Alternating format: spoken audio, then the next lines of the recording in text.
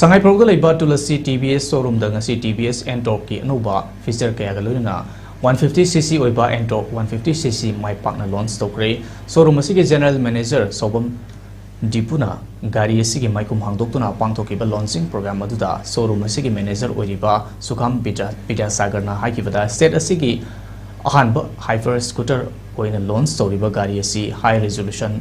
5TFT instrument cluster galunana navigation live tracking OTA updates Alexa smartwatch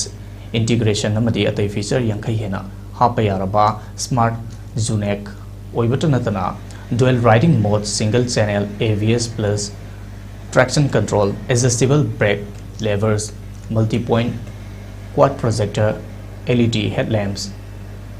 plus T-shape LED tail lamp oigani masida natana emergency brake warning amadi hazard lamps kaloina crash alert amadi theft alert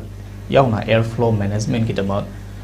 aerodynamic winglets aircraft design su oiri haiki masida natana under seat 22 liter gi fuel capacity oiraba gari asigi mamalna ex showroom gi oina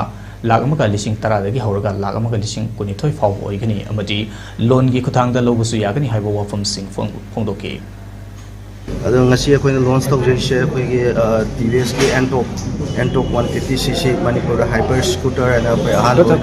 launch tawjebani sida safety feature mayam su yaure akoigi safety feature ina khar panjara ABS wire tani gari se sit pa khotpa ani lekang akoigi solapa kholapa lekongda sit pa khotpa gi akoigi sang jam handaba stable yam oiba gari oidine sise